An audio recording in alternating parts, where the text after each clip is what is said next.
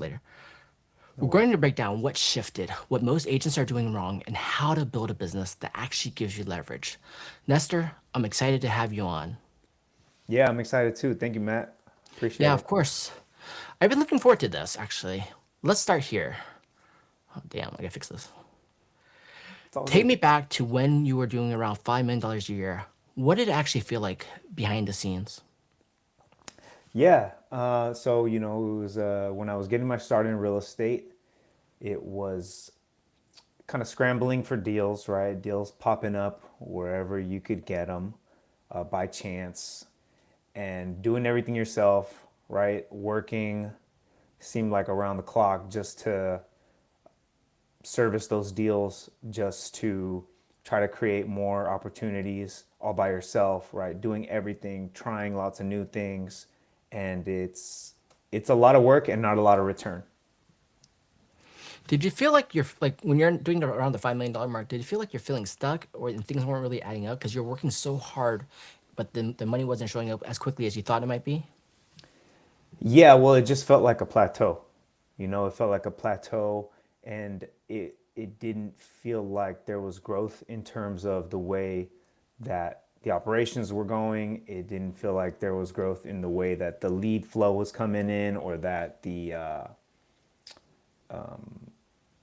it felt like that's where I was going to be for a while unless I made a change. What were you spending most of your time doing back then to feel that way? Like, how are you prospecting, or where's your time going? Yeah, so a lot of it was more like kind of like passive types of prospecting activities, open houses, marketing efforts, right? Mailers, asking for referrals from Sphere, which is all the things I still do, right? But I think it's more about how you do them, doing them more systematized, doing them more regularly, maybe having somebody that does it for you. Those things all help. Just take things off your plate, even if it's small details. It comes off your plate, frees you up to do more things, right? Yeah, definitely. And then when did you realize at that time, like, something has to change? When did I realize something had to change? Well, it's like the moment that we talked about, right? When I was at my previous brokerage and I was working really hard, had my best year ever, and I looked at my statement, my end of the year statement, and I saw how much I had given my brokerage. And coming like from where I come from, immigrant parents, um, you know, to give a brokerage $50,000 in 1 year, that was eye opening for me, because I was like, this is somebody's salary, right? And I'm just giving this away to this brokerage where at that point, you know, 4 or 5 years into the business, I didn't feel that the exchange was valuable at that point.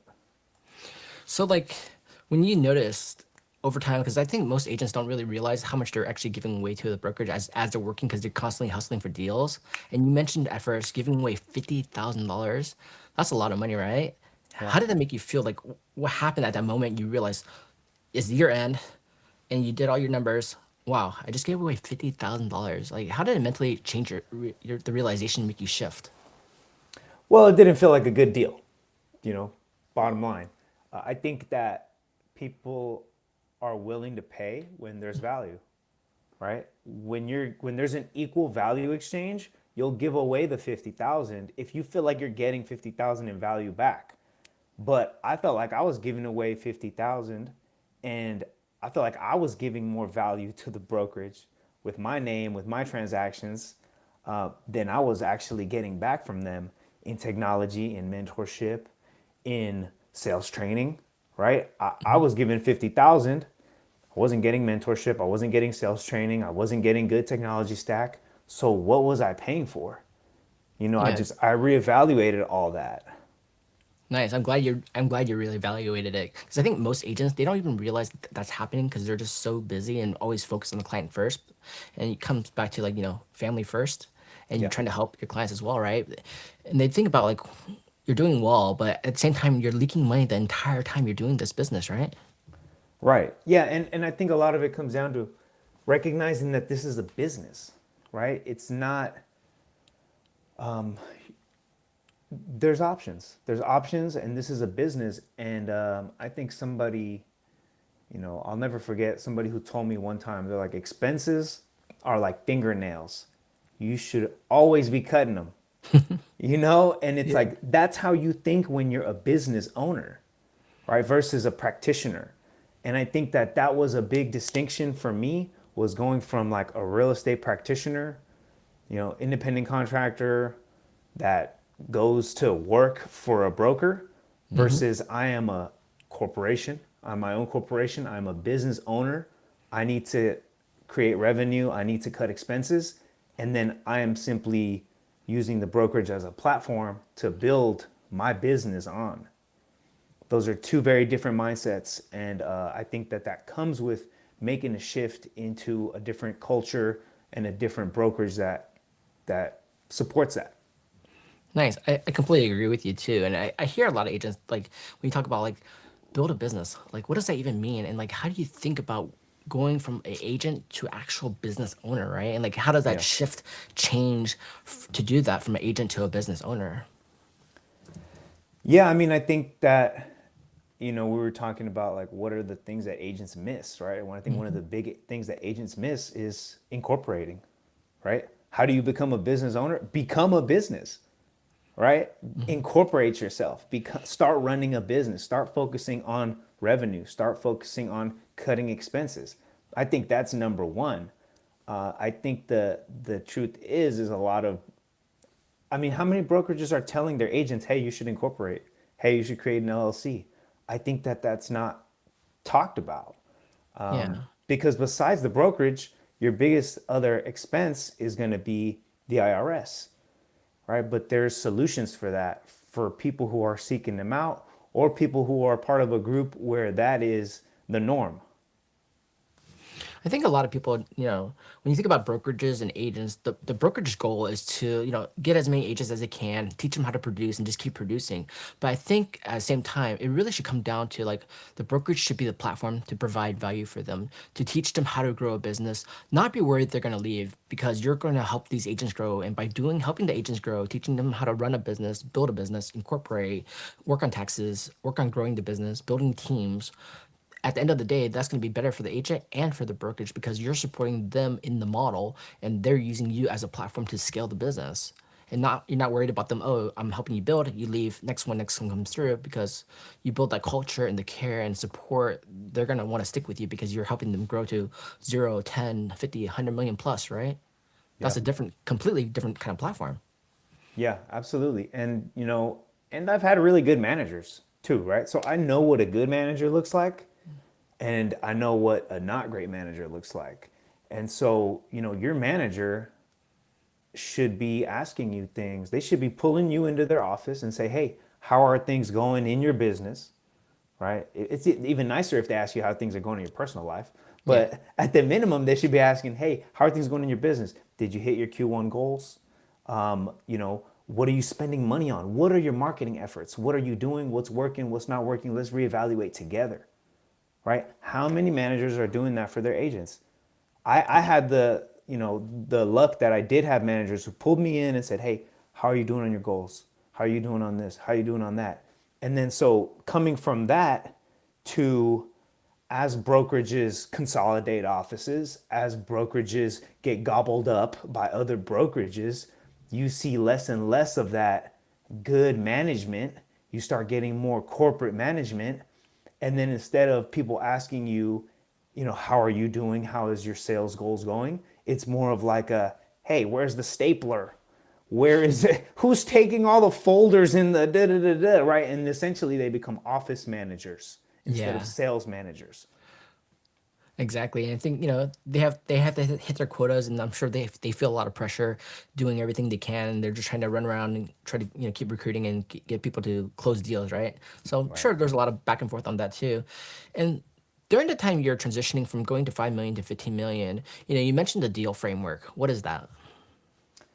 Oh, the deal framework. Well, that's something I learned from you, Matt. It's delegate, eliminate, automate, and leverage. Is that Right. And important? absolutely. Yeah, I think that framework really helped me, in my business because it forced me to, number one, delegate, right? Number one, right there. Can somebody else do it? If Yeah. somebody else can do it, they should. Eliminate. Is it something that absolutely has to happen? A lot of people get upset when I tell them things like this, but like, I don't go to appraisals, Yeah. right? Like, I don't, why would I try to go affect the outcome of an appraisal? They are a professional. They can get access on their own. They got their own comps, believe it or not. Um, I'm not going to go and try to influence the outcome of an appraisal, and I do not have appraisal problems. Yeah, You know what exactly. I I think mean? a lot of people like, they talk about it and say, "Oh, it's great to be there for appraisal to open doors, show them around, be all happy." But I know Sure. there's a lot of appraisers who are friends and not friends. Some of them say, "Well, I already it's my profession. I know what I'm doing. You don't even need to be Right. here, man. You're just, interrupting me, trying to persuade me for what? I already know what I'm doing." I'm like, "Okay, great." So the way even for me, I'm like, let them do appraisal. You have any questions? You want to talk about anything? Just let me know. I'm happy to share anything. And some of them say, "Hey, I know your local area. You've been selling for a long time. Can you tell me about the price points and how you got here and how the comparables you see? Because some of them might not be from the area." I'm like totally happy with to share anything I can, and Yeah. they take it. Absolutely. And I mean, another thing, along that same vein is going to buyer or seller signings. And don't get me wrong, there's still some that I go to because I'm like, all right, this person needs a little more hand holding, XYZ. But every signing that I go to, there's a problem. And Hmm. guess who has to solve it? Me. Yeah. Every signing that I don't go to goes perfect. Yep. There's no problem. Escrow figures it out. The notary figures it out. The buyer figures it out. There's magically no problem when I'm not there. If Yeah. I'm there, we're rewriting docs and we're, this and that and da da da da, and it's like hours. And I've never had a transaction not go through because I didn't go to the signing. Yeah. You I know, agree with you on that too. I've been think over hundreds of transactions. Really, I only been to one, and that was really my first one ever when I first closed my first deal. Other than that, I never went again. And I told my clients, yeah, any questions, feel free to call me. But really, escrow and notary, they handle everything for you. But anything you feel uncomfortable with, you can always call me. I'll be right there on the phone waiting, and I can go through it with everyone. But exactly. for the most part, it's really simple. It's 15 to 30 minutes, depending on how much docs you need to sign, and that's about it. And I'll see you late after for the party. Yeah, exactly. Yeah. So just So we, eliminating those things, yeah. right? And then automating what you can, which I think automating, there's a lot of different ways to automate. And I think one of the big ones that I've had success with is really just templatizing, Hmm. right? Because if you look at real estate, it's very cyclical. It's like the same cycle all over and over and over again. So, you should be able to have a template for every single email that you send in the escrow, pre-escrow, in communications with your clients. That's all very templatable. And so automation can look as easy as creating all of those templates, right? But till I connected with you, honestly, I was at another brokerage for, 5 years. Nobody ever told me, hey, might want to templatize every single email that you send, Yeah. right? Can you imagine how much time it saves you by templatizing everything you do and making it easy so anyone can do it instead of always being you? Exactly, exactly. And because the template then allows you to hand it off to someone else and tell them, hey, look, these are all the emails you're going to send. You may have to change just a little bit of this, but this is the basic structure of everything we're going to do. And now just that person can just deploy. Yeah. And you've done hundreds of transactions. Imagine the time you save from that by leveraging those automations, simple automations as that and more advanced, but and being able to do that and leverage it with your VA team, the time you save building this and like streamlining the process. And like, I'm so glad you're going through this process, learning it because it makes it easier for you to continue to grow faster, right? And if you're doing everything manually, you have no tracking, you have no ability to scale. Yeah, absolutely. And then, we're talking pretty rudimentary, right? Just like, hey, templates in a Google Doc or something, right? Hmm. But you've always pushed me, man. And, first I was very resistant to using something like, project management tool like ClickUp. Hmm. And, I kicked and screamed and I was like, this thing's hard to use and this and that. Da, da, da, da. And now it's like, I've migrated everything into ClickUp, right? All the templates are in ClickUp. We don't do Slack anymore, right? And like I see agents, the agents that have VAs or assistants, right? They usually talk to them on WhatsApp, Hmm. and there's no way to really search there. There's no channels to differentiate your communications, right? Then I moved to Slack, right? Slack, Yeah, okay, cool. I have channels I can differentiate. And then now I just moved into ClickUp and everything's in one place. So exactly. it's again, that goes back to the eliminating, right? And the eliminating part of deal, right? Eliminate extra software, extra steps, more windows, and it just makes things more efficient. Exactly. Now everything's in one system, so you don't need to jump around. And the more you jump around, the more friction you're creating, and the more time it takes, and the more frustration it is for a VA team because they want it simple as possible. Just tell me exactly what to do, make it simple. I know step by step everything to do. I don't miss anything, and using project management tools like ClickUp makes it super simple. And as you start automating that part of the process, simplifying, having all your tasks, having templates inside of it, it can automate the whole process. So for me, I take a new sales listing, I just copy the listing template over to the new one, fill everything in, and then my VA jump in. They fill everything from start to finish. They can do like 95% of the deal now without even me. I just negotiate it, right? That's so Yeah. amazing to do with automation and leverage. Yeah. No, absolutely.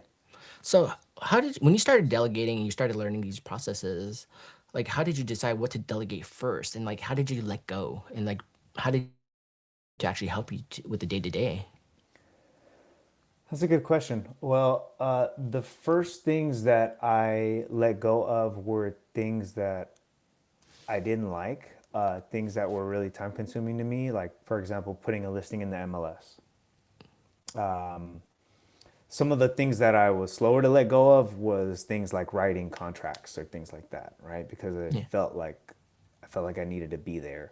And still what I do is I would rather have somebody else get it 80-90% of the way, and then I'll have the final 10% look through and kind of underwriting of either the MLS draft or the contract or something like that, but at least it's like 90% off my plate. So those are some of the first things as well. Okay, actually one of the very first things was social media posts, because me, it's like I have a love-hate relationship with social media. I don't love social media, and I especially don't love having it on my phone. So I don't have it on my phone, and I try not to, like, I haven't posted anything on social media in years. Yeah. Like, so all that stuff you see, it's somebody else posting it. Yeah. That was one of the big things, because posting it's heavy, right? It's hard. You like overthink it, and you're like, I don't know. Versus you outsource that to somebody else. Somebody else is just, they're not as emotionally tied to the outcome of the post, so they're just like, they whip it together, and they're like, hey, is this good? And I'm just like, yeah, it's good. Whatever, just send it out. That makes sense. I think about it too, like for social media wise, some people get sucked into it and they get into that doom scrolling and they just all their energy goes there. So for you, you're actually being really smart and methodical about it. Like, this is here. So you focus on your clients, your relationships, your business while they're handling the marketing posts. And you always just take a review audit of it before it goes out. Like, hey, these all make sense. Let's post these out. Here's the things I'm interested in. They're sharing ideas. And then you're collaborating on what pieces go out this week, next week, and thereafter. You're making cool videos now. I Yeah, love to see all these videos of you, what you're doing behind the scenes, testimonials, just listed. You're coming out there and putting it out there, right? And yeah, it makes sense. This is like kind of like where most agents are stuck. They need a lot of help, and then they hold on to a lot of things and like don't let go, right? right, exactly. Yeah, and I recently just got set up on a phone system where now I'm letting them handle all the inbound calls. So like calls or texts that come in to me, I'm letting them handle all that. And I think we both at the same time we tried like an AI answering machine, Yeah. uh, automated text thing, and like it was kind of wild. So that didn't work out. We tried it, it didn't work, and then now I'm moving to like a more manual thing. Hmm. But that's now something that I'm like ready to let go of. So I'm still constantly working, right? I'm still constantly like, what can I let go of next? And the next one that I'm working on right now is my phone, answering text messages. Like they can do that. They can coordinate vendors. They can do all that stuff via text and phone. They were already coordinating vendors via email, Yeah. but text and phone is like the next step. I think that's a good step to take in because a lot of us get distracted. Like, you know how many millions of spam calls you get every single day, and like you want to know. I have to Google search every number to make sure, like, is this a legit number? Do I want to? I'm getting scammed, you know? Like, try to block them out, and even then you keep blocking them. They keep coming back. So Right. it's actually good to have a VA team to handle the calls because what happens is, instead of you being like, you think about a doctor. Is the doctor a receptionist? No, they're not. They let them handle all the phone calls, all the initial texts, everything. And then it actually creates a higher level of authority for you because it shows you're actual business practitioner. You're the owner. You're managing. You have you're spending more time with in relationships and doing your business rather than just handle every single spam call that comes in or cold call that comes into you from any company, right? And Yeah. all those wasted texts that come in. So that's actually good that you're doing that. And what happens is you're getting more time back for yourself to help your clients to do more business, right? Exactly. Yeah, and it's also, once you start getting into doing rentals, your phone is going to be blowing up. So it's like you have to have a separate phone number for that. And then, one of the reasons that I've been kind of like taking on more rentals Hmm. is because, again, the focus on revenue. Sales are great. I love sales. I love helping people buy, sell, but rentals is half the market, right? And Yeah. why would we ignore half the market?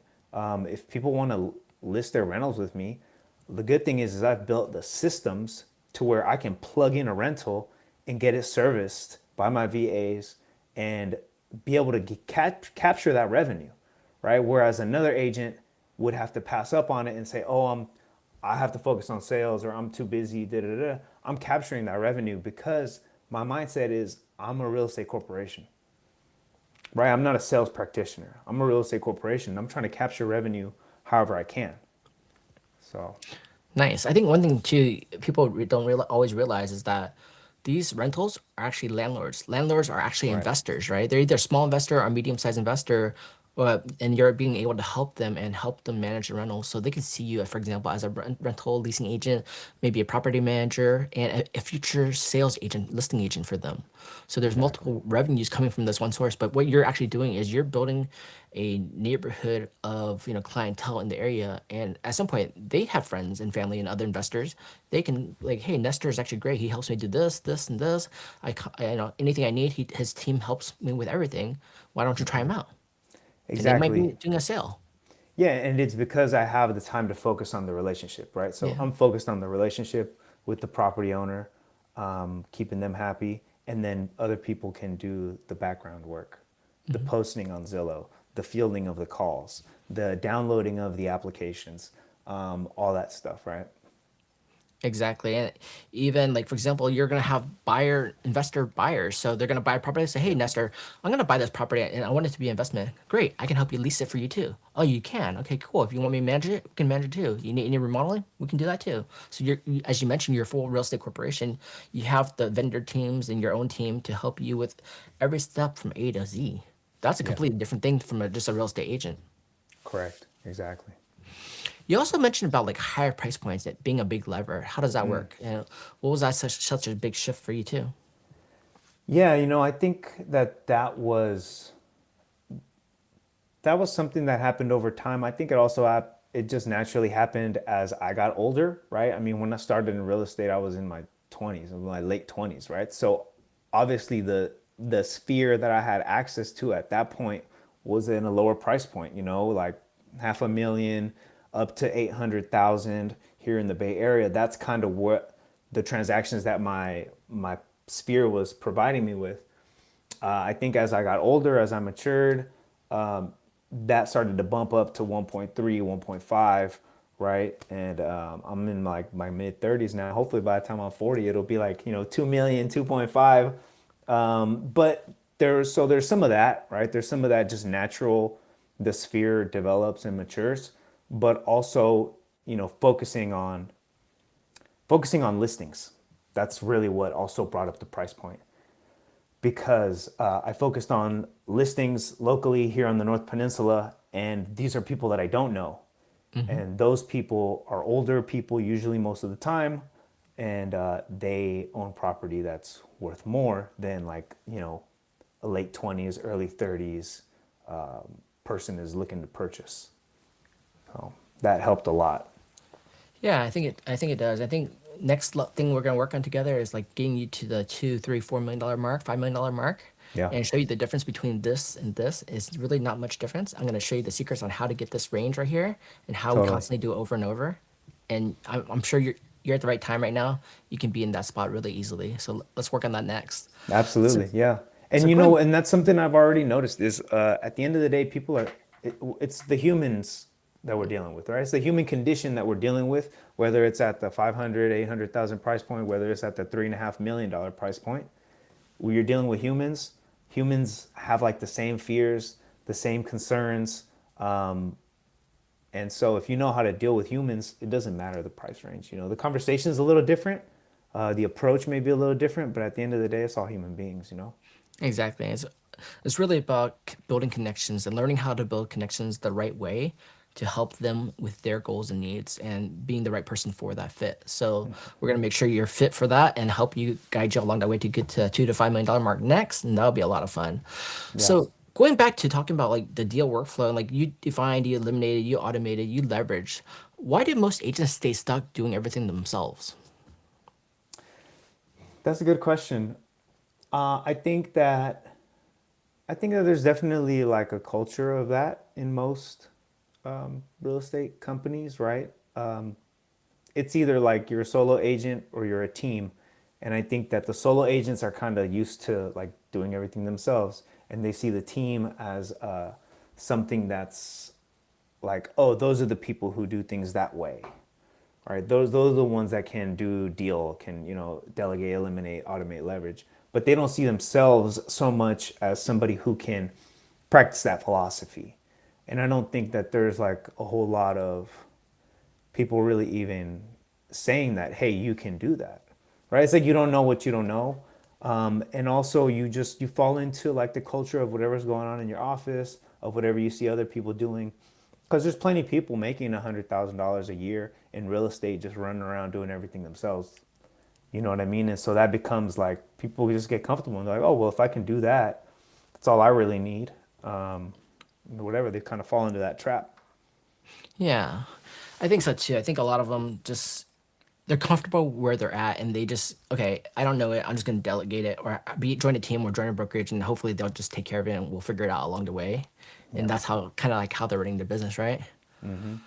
What would you tell them to help them break out of that and like try to really grow and actually move towards building a business? Yeah, I think it's kind of just changing to be very intentional versus by default. Because when you allow things to be by default, then you kind of just do what everyone else is doing, and you kind of pass up on new opportunities because things just feel comfortable. But I think when you become very intentional and you want growth, I think first of all you got to want it. I've talked to agents, and I've told them, I'm like, hey, like, what do you think about this? And they're just like, I'm happy making what I make where I'm at and da da da. And I'm like, okay, cool. I respect it, because if you don't want growth, then there's really nothing to talk about, right? But I think Yeah. if that's something that you want, then you have to be intentional about creating it, not only about like the environment that you're in, but looking at what you do daily and just doing that analysis, right? Or reaching out to somebody and having them look like, hey, look at what I'm doing. Like, I mean, that's what me and you did a lot, right? You'd be like, hey, show me how you do this. Show me how you do that. Then I show you, and you'd be like, oh, that's all wrong. You gotta do it like this. You're trying hard, you're doing really good. I'm just showing you different Yeah, ways, right? right, exactly. So just having that mentorship, and that more of a hands-on approach, right? Not just some like top producer in your office that'll tell you something like, "Oh, hey, never give up, never give up, kid." You know what I mean? It's like, Yeah. like I need somebody to kind of take a look at what's going on here and point me in the right direction. But every now and then you do find somebody that can do that for you. But then again, it's when you align yourself with somebody who is incentivized to help you, that is a different relationship. Yeah. I think yeah, being surrounded by the right people who are watching your back and being there as a part of your team, part of your partnership group, and helping you grow makes a huge difference. It's like, hey, I want a six pack, but if I'm gonna go myself and work in the gym, I'm not gonna really be motivated. But if you have the Right. right mentors and coaches right next to you who have it, they're gonna be like, whoa, okay, here's how you do it. Here's the fastest, easiest way to do it. Here's your body type. Here's what you need. Here's your personality. Here's how we can do it based on your timing, right? Completely Mm-hmm. different. Like you run miles and marathons, right? There's a Yeah. difference from that part to this part, and getting there. A lot of mental shift.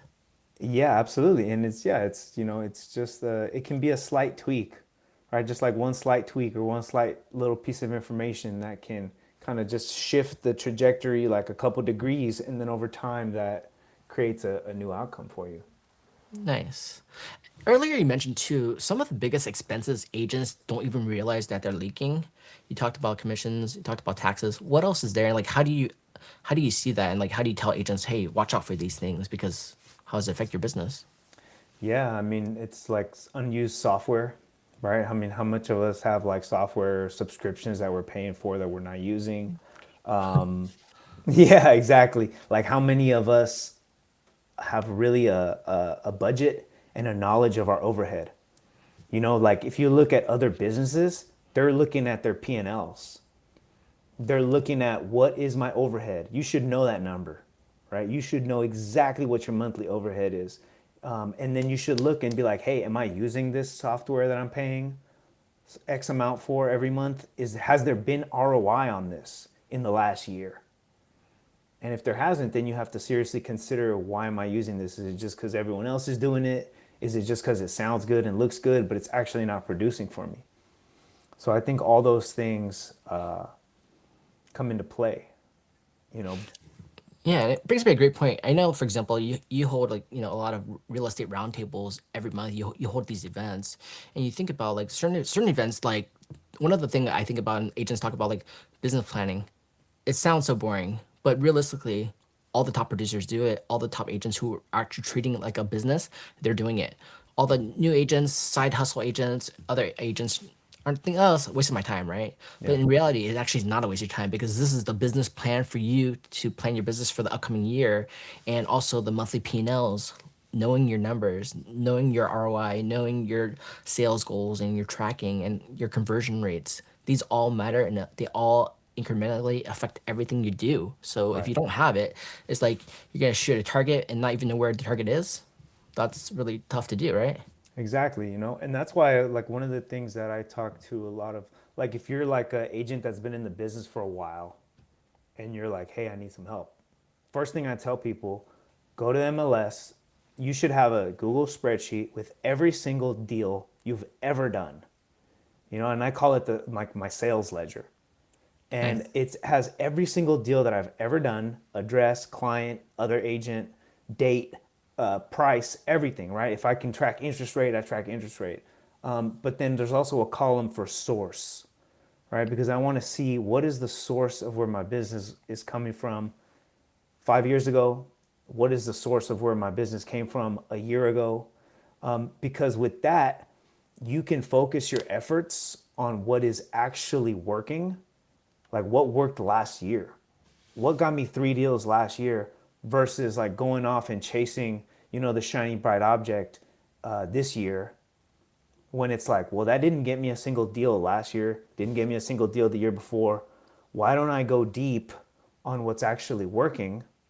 What gave me 2, 3 deals last year? Let me double, triple down on that, invest money into that instead of going and chasing like the shiny bright object. Yeah, I remember us talking about that actually too. And like Yeah. I told you, do more of what's working. So look at your numbers, look at your data, see what you've been doing, what works. Just do more of that instead of Yes. all the shiny opposite we talked about. Like, hey, can I try this, and this? I'm like, why? Is a completely Right. different vertical. Waste your time. You're already doing it really well here. Let's just optimize this channel first, right? Yeah. And then and another thing, right? It's like, another thing that I think was very helpful us working together was, you taught me that like there's like 5 free things that you can do before you spend a single dollar, right? So it's like, have you maximized your phone calls that are free? Have you maximized your emails that are free? Have you maximized your social media posts that are free? Have you maximized all your free options before you start spending on Google pay-per-click, on Facebook ads, on print magazines. Like, have you exhausted your free options? If you can say yes to that, then go ahead, spend on something else, right? Mm-hmm. Another thing is like open houses, right? Just like enhancing your open houses, investing in enhancing your open houses. You can do that, and I think that's a better use of funds than, for example, buying an ad in like a magazine or buying Facebook ads or whatever, you know. Yeah, I actually noticed too. Your open houses have, from the beginning to now, are completely different. They're like 180 degrees different. Like, how's your Right. open house now? What are you doing? And like, how's it different? Yeah, so my open houses, it's like that's like my time to shine, right? So I try to have a lot of branded collateral. I have like, I got like the floor mats with my brand on them. I have like tape measures, branded tape measures, branded little coffee tumblers, because I like stuff that people can take and will last, right? Versus a flyer versus something like that. And I think it lends a lot of like credibility to your brand when people come into your open house. It's a nice listing. They see that you've done the detail work, right? It's not just like an agent in an empty house with a flyer. Yeah. They see that they can see that you can plan, right? They're like, this guy's not just showing up. This guy has a plan. He executes the plan. He can do it for you, right? And so now we Exactly. I do think the, details matter a lot, yeah, and people notice it, whether you realize it or not. People notice what you're doing, and they can see how different you are at your open house versus the next open house they go to. exactly. Yeah, compare and contrast. Absolutely. Yeah, and you Like, forgot to mention the taco trucks. Where's all the food and fun and yeah, partying yeah, you're of doing? course. Yeah, yeah. No, that's all part of it, right?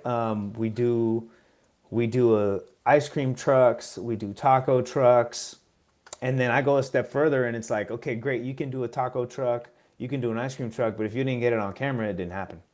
So That's I true. try to also get like, so it's a production, right? These listings are a production because it's an event, you're flyering the neighborhood, you're really like you're making it into an event, a production, and again, that couldn't be possible operating with like a single agent kind of mindset where I do everything. I have people that do the flyering for me. I have people that do all the branding, all the scheduling, all that for me. So, and that lets me put on these productions. I'm not filming the open house, right? Somebody else needs to do that so I can focus on coordinating the whole thing and also just being present for my clients. Yeah, I think it matters too. What happens over the long term by doing this is that the next time the neighbors see Nestor Icaza's open house, they're like, I know this guy. I've seen his parties. I've seen his taco trucks. I've been to his ice cream parties. I'm gonna go to this house too. I'm just gonna check it Yeah. out and see and support Nestor and see what's going on. And maybe I have a friend who wants to move in. Yeah, exactly. And it's fun, man. People pop in, like, I put like 12 signs out, and people pop in and they're like, oh, I saw your sign and, I wanted to come say hi. And like, it's also like, I invite my sphere, Yeah. right? I want them to see what I'm doing. It's another way to stay top of mind. So you have a listing, you're going to do a cool event, everybody gets invited. You know what I mean? And 70% of people won't come. And that's okay Yeah. because that's the whole point is just for them to see you and be like, "Oh man, look that he's doing it again. He's doing that cool thing that he does again and like and one day he can do it for me." Yeah. I even seen other agents comment like, hey, you had another party? I missed it. I gotta come to your next one. Yeah, yeah, and agents come too. Agents come too. They want to come check it out. They're like, "This is cool. Like, let me stop by. I live in the neighborhood. I have lenders come. I have all kinds of people that are just like, "Oh, I live in the neighborhood where you're selling and I wanted to come say hi." And it just becomes a whole thing, and it's cool. It's like a way to, create a little community too. Yeah, I agree with you. I think that helps a lot in creating community, creating the networks, meeting a lot of neighbors, becoming friends, having these events, and you're building something there that's special and it's more meaningful. And then they see it and they want to keep coming out, and you just keep building this over. Seen some agents go do this to like build up to 5,000 plus people come by because they just kept building the sphere over years. And in Yeah. certain exact neighborhoods, they always sell in. So that's a big difference that you're gonna keep seeing compound over time. Exactly. So, too, we're talking about too. At what point did you start thinking about video differently? Because I remember the first time we started talking about, hey, can you try video for me, Nestor? You look good on camera, you sound good, you can be good on camera. And you told me, I didn't sign up to be a real estate agent to be on camera. So now, what changed? Yeah, yeah. So I think what changed is that I saw that it worked. Right, I got proof, and once I had proof, it was undeniable and it was hard to ignore. Right, because you see all the realtors on Instagram and they're dancing and they're doing all kinds of weird stuff, and I was like, I don't want to be that person. Right, but I had somewhat of a social media strategy, and eventually it worked. Right, I would get calls from people, and I'd be like, hey, like, how did you find me? Then they'd be like, oh, well, I see you all the time on social media. Of course, I'm going to use you. And I was just like, oh wow, like there's people that are watching. They're not liking, they're not commenting, but they're watching and they're keeping track. And when it's time, they pick up the phone and they call me, right? So once I realized that that was happening in the background, I thought to myself, there's probably dozens, maybe hundreds of other people just like this one who's not commenting, not liking, not doing anything. But when the time is right, they're going to pick up the phone and call me. And then that's when I was like, okay, obviously we know the algorithm of Facebook and Instagram highly prefers video. We know that it likes faces, right? It wants to show face. It hates text. So I was like, okay, I've got to make an effort to create more video, even if it's, like I said, I didn't get into real estate to create videos, but at the same time, it's a free marketing channel that is highly leveraged. You can reach hundreds, thousands of, some people are reaching millions of people, right? So why would I not, tap into that resource?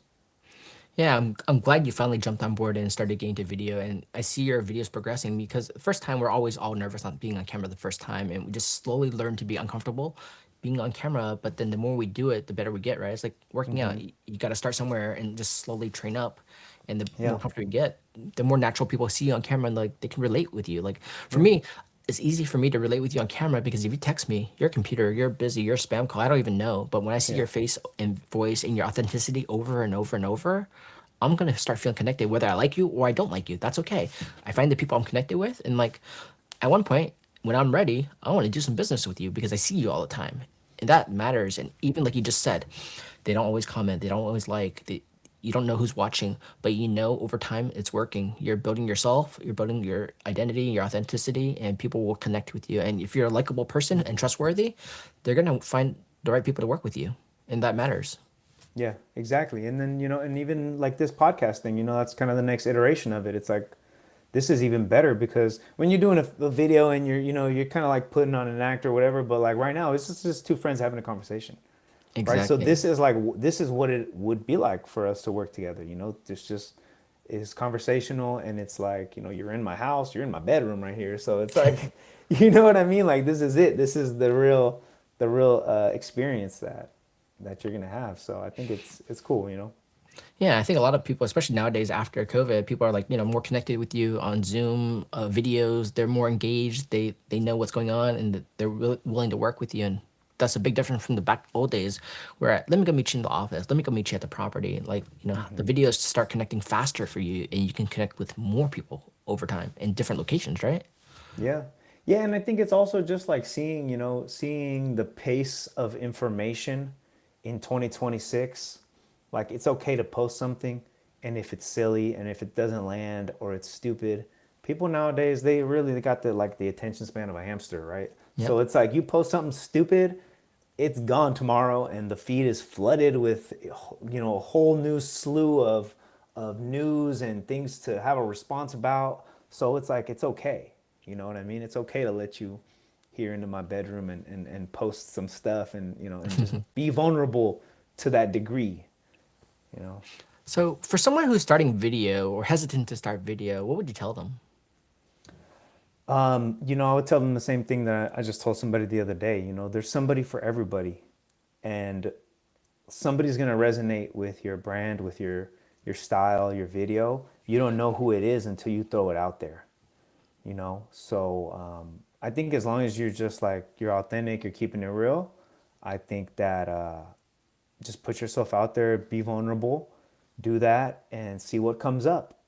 And it's just like anything. It's just like prospecting. It's just like door knocking. It's not going to be you post one video and boom, the leads start coming in, right? People need to see It's just like following up, right? How do they say you have to follow up 7 times?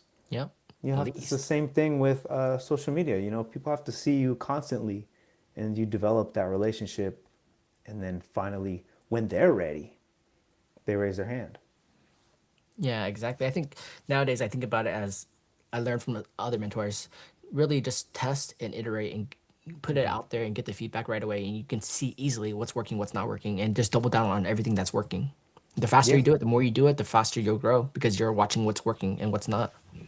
yeah, and and also the way the algorithm works, it's like you can see like what a real estate agent did in like North Carolina, copy the exact same concept, post it here, and it's gonna reach totally different people. Yeah, Like your exactly. your sphere, your past clients, those people, they're not seeing what some realtor in North Carolina did, in some skit or some funny thing. So you can just recycle that content and take the brain work out of it. And if it's something that you feel like resonates with your brand, or you want to see, you think you're capable of videoing it, why not? Yeah, that's a perfect analogy. Actually, we call it modeling. So you model what works in different areas, different genres, different business businesses, and see how you can apply it to your business with your personality without copying it directly, but making it your own. And Yeah, that's a really important way to really learn to scale quickly. yeah, exactly. So, what are you seeing in today's market right now, and what are most agents missing?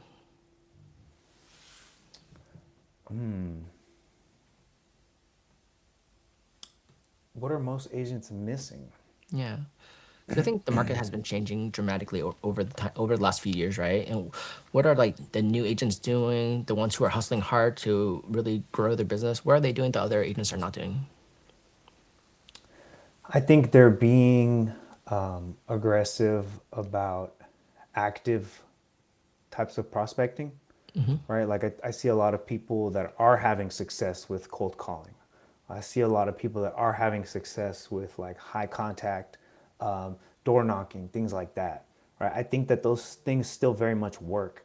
I think that the people who are relying on kind of more passive prospecting methods, it's like slow, and it's like costly, and it's like, why isn't it working, so I think you have to have like a good balance between like, I'm doing really active things to find business, and yeah, I'm also doing like some of the slower things. Like social media would be one of the slower things, in my opinion, because it's like you're not going to have instant business from social media. I think it takes time, same as like farming, versus direct calls to homeowners, to past clients, things like that. Those things do work, and I think that the people who are succeeding are, like always, the people that are picking up the phone. So, if there's like a newer agent out there right now, what should they focus on first, and what should they stop doing? Stop spending money on throwing spaghetti at the wall, right? You have to do some of that when you're new, but the sooner you can kind of stop and just focus on the things that work, and the things that are low cost, I think that's important. And those are going to be things like calling the people who already know you, like you, trust you, and developing relationships with them, developing relationships with like other businesses that you already frequent, which are all like, these are all like really basic things. But I think because we're in the technology age, the AI age, people want like that easy button solution, which for a lot of people, social media, like, I'll just dance and I'll just do silly stuff on social media and the business will come in. Like, no, you still have to go out. You have to build on the relationships you already have, be the expert to those people, become the go-to agent for the businesses that you already work with, right? The people like your doctor, your barber, those people. I think you have to start with those close connections first, and then kind of build from there. And then you can go into, I do think still picking a neighborhood that you want to work is still a great idea, right? And either going door to door, dropping flyers, mailing, calling. Calling is the best, right? Just calling people, introducing yourself at the door. I think all those things still work too. So, with that in mind, what do you think the biggest difference is from the agents who are stuck right here to the agents who are actually growing right now? What do you think the biggest difference is for that? I think the difference is that there's a lot of prospecting activity combined with also having that leverage of knowing how to delegate and get rid of the busy work, right? I think it's both. I think the people who are like pulling away are people who know how to like actively look for business in the right places, and then once they get it, hand it off to some type of team that is able to service that so that they can go continue to go get more business. Yeah.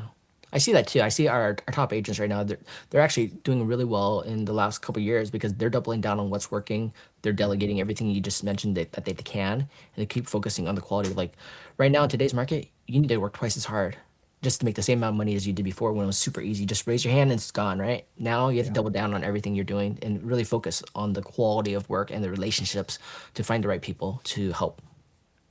Yeah, definitely. So what does winning look like for you in today's market? What does winning look like for me in today's market?